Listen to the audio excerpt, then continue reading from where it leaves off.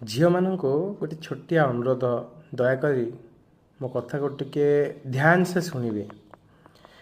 ଆଜିକାଲିର ଝିଅମାନେ କ'ଣ କରୁଛନ୍ତି ନା ନିଜର ନଗ୍ନ ଶରୀର ଦେଖେଇ, ନିଜର ଫିଗର ଦେଖେଇ ସୋସିଆଲ ମିଡ଼ିଆ ଲାଇକ୍ସ ଫଲୋଅର୍ସ ଚକ୍କରରେ ନିଜକୁ ବହୁତ ତଳକୁ ପକାଇ ଦେଉଛନ୍ତି, ନିଜର ଆତ୍ମସମ୍ମାନକୁ ହରାଉଛନ୍ତି, ଆଉ ନିଜ ଶରୀରକୁ ଭାବୁଛନ୍ତି ସକ୍ସେସର ମହାମନ୍ତ୍ର। ଯାହାଦ୍ୱାରା କ'ଣ ଆମେ ଆମ ଶରୀର ଦେଖେଇକି ଅନ୍ୟମାନଙ୍କୁ ଆମେ ଆକର୍ଷଣ କରିବୁ। ଏଇଟା କେତେ ଦିନ ଆଜି ପର୍ଯ୍ୟନ୍ତ କାହା ଶରୀର କେବେ ସାଥ ଦେଲାଣି? ଦେଇନି। ଆଜି ଦେଖନ୍ତୁ 90sର ଯେଉଁମାନେ ସବୁ ହିରୋଇନ୍ ଥିଲେ, ବହୁତ ସୁନ୍ଦର ଥିଲେ, ଆଜି ସେମାନଙ୍କ ଅବସ୍ଥା କ'ଣ ହେଉଛି? ଏମିତି ଅବସ୍ଥା ଯେଉଁଟାକି ବଡ଼ ଦୟନୀୟ ଅବସ୍ଥା, ଦେଖିବାକୁ ଭଲ ଲାଗୁନି। ଯେଉଁ ଶରୀର ଆକର୍ଷଣ, ଯେଉଁ ଶରୀରକୁ ଦେଖିବା ପାଇଁ ଦିନେ ବହୁତ ଭିଡ଼ ଲାଗୁଥିଲା, ଠିକ୍ ସେଇ ଶରୀରକୁ ଆଜି କି ଦେଖିବାକୁ ହିଁ ଚାହୁଁନାହାନ୍ତି। ଠିକ୍ ସେହିପରି ଏହାଦ୍ୱାରା ତୁମର କ୍ଷତି କ'ଣ ହେଉଛି? ତୁମ ବ୍ରେନ୍, ତୁମ ମାଇଣ୍ଡକୁ ଏହି ମେସେଜ ଯାଉଛି କି ତୁମ ଶରୀର ହିଁ ତୁମ ଶକ୍ତିର କେନ୍ଦ୍ର।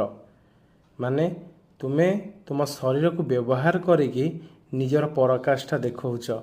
ଏଟା ବେଶୀ ଦିନ ଯିବନି।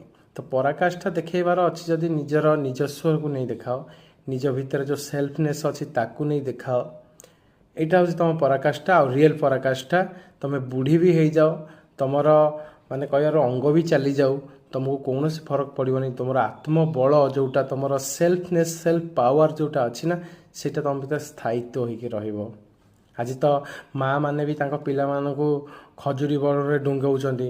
ରାତି 12ଟାରେ କ'ଣ ସେ ଗୀତ ଥିଲା ଗୋଟେ, ହଁ, ସେଇ ଗୀତରେ ମାନେ ଝିଅମାନଙ୍କୁ ନଚଉଛନ୍ତି।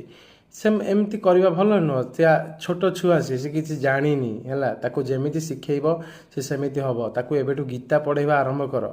ଯଦି ଝିଅକୁ ବଞ୍ଚେଇବାକୁ ଚାହୁଁଛ, ଯଦି ଚାହୁଁଛ ତୁମ ପିଲାମାନଙ୍କୁ ଉଚିତ ଶିକ୍ଷା ଦେବା ପାଇଁ, ତାକୁ ସତରେ ଗୀତା ପଢ଼ାଅ। ଆଉ ଗୀତା ନିଜେ ଆଗେ ବୁଝ, ଠିକ୍ ଅଛି? ତ ଯେତେବେଳେ ଏସବୁ ପଢ଼ିବ ନା, ତ ଅଟୋମେଟିକ୍ ତୁମେ କେଉଁଟା ସତ, କେଉଁଟା ଠିକ୍, କେଉଁଟା ଭୁଲ ତୁମକୁ ଶିଖେଇବାକୁ ପଡ଼ିବନି। ତୁମେ ଆପେ ଆପେ ସବୁ ଜାଣିଯିବ।